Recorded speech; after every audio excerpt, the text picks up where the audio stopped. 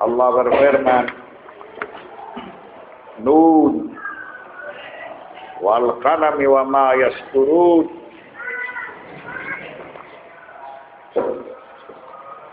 Ma anta bi ni'mati rabbika bi majnun wa inna laka la ajran ghaira mamnun. Nun hadhihi mithlu ghairiha minal hurufi allati iftataha biha suwar. Huruf Nun sama seperti huruf-huruf hijaiyah yang lain. Sebagian surat-surat Al-Quran diawali dengan huruf-huruf hijaiyah. Dan kita meyakini huruf-huruf tersebut merupakan kalimat-kalimat Allah yang mulia. Wa takallamna anha fi awal suratil Baqarah. Kami telah menceritakan panjang lebar dalam pembahasan surat Al-Baqarah. Wa qala qailun hiyal hutu wa dalil ad-dawatu wa dalil al-midad. Ada beberapa pendapat yang mengartikan huruf Nun. Pendapat pertama al-hud. Nun memiliki arti al-hud, ikan besar yang hidup di dalam air, yang hidup di dalam laut. Pendapat yang kedua menjelaskan ad-dawa. Nun ini merupakan tempat tinta, yang mana tinta tersebut dia tidak pernah kering dan tidak pernah habis. Lalu yang ketiga al-midad, pena yang selalu terus menulis. Tinta yang dijadikan catatan dari semua aktivitas alam semesta. Wa qala Rabi'un hiya nunur rahmat. Pendapat yang keempat menjelaskan Nun artinya Tuhan yang maha belas kasih dan sayang.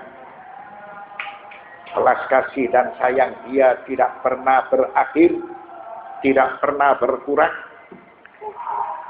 Wa dhahaba jama'atun min as-sufiyyati ila anna an-nafsu. Sekelompok dari orang-orang tasawuf berpendapat Nun artinya adalah jiwa. Wa kullu hadhihi al-aqwali taftakiru ila dalil. Maka setiap pendapat ini tentu membutuhkan kepada dalil, bukti. Mengapa diartikan al-hud? Mengapa diartikan ad-dawat? Mengapa diartikan al-midad? Mengapa diartikan nunur rahmah? Begitu juga mengapa diartikan ad-nafs. Waqtalafu fil kalami ma wal muradu minhu. Lalu mereka memiliki perselisihan pendapat dalam firman wal qalami, demi kolam, demi pena. Apa yang dimaksudkan dengannya? Qala al-ba'lu huwal qalamul ladzi kutiba bihi 'alal lauhil mahfuz. Sebagian berpendapat yang dimaksudkan dengan wal qalami adalah pena yang selalu dijadikan alat tulis dalam Lauhul Mahfuz. Jadi kolam tersebut adalah pena yang tertera di dalam Lauhul Mahfuz. Wa qala akharuna al-muradu bihi kullu qalamin duna istithna'in li anna al-alif wal lama fihi lil jinsi. Pendapat yang lain pula menjelaskan yang dimaksudkan wal qalam adalah semua pena, karena al-alif wal lam dalam lafal al-qalam itu menunjukkan arti al-jins, semua yang digunakan untuk menulis. Wa hadza huwa al-dhahiru ala an la yakuna al-qalamu muradan li dzatihi. Maka yang jelas bukanlah yang dimaksud dengan al-qalam atau pena memiliki arti seperti itu. Bal wasilatan lil kitabati kama yukmi qauluhu ta'ala wa ma yasturun.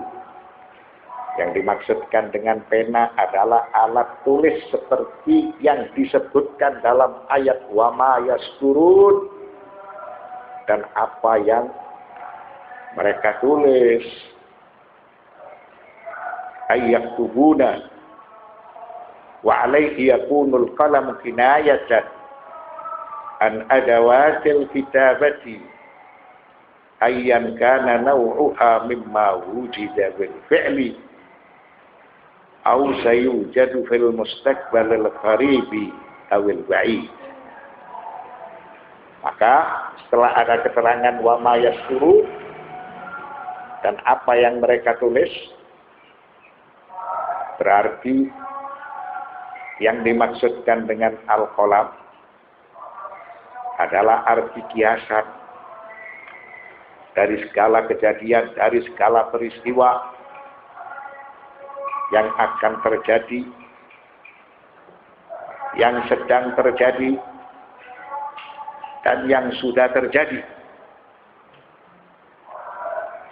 Tidak ada sesuatu yang terselubung setelah pena itu dikenalkan oleh Tuhan kepada manusia.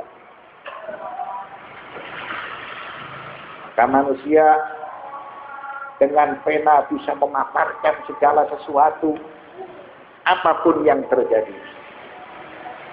Itu sudah terjadi, atau sedang terjadi, dan yang akan terjadi. Kawasan manusia adalah manifestasi dari pena yang ada di Lauhul Mahfuz, dari tinta yang ada di Lauhul Mahfuz, dari dawat yang ada di Lauhul Mahfuz. Karena ciptaan Allah yang bernama manusia, manusia ini dimuliakan oleh Allah Subhanahu wa taala bil barri wal bahri. Wa asyarna ila tarafin min fawaidil bayan 'inda tafsir 'allamahul bayan fi awwali surat Ar-Rahman. Dan kami juga sudah menjelaskan beberapa keterangan dalam ayat surat Ar-Rahman 'allamahul bayan.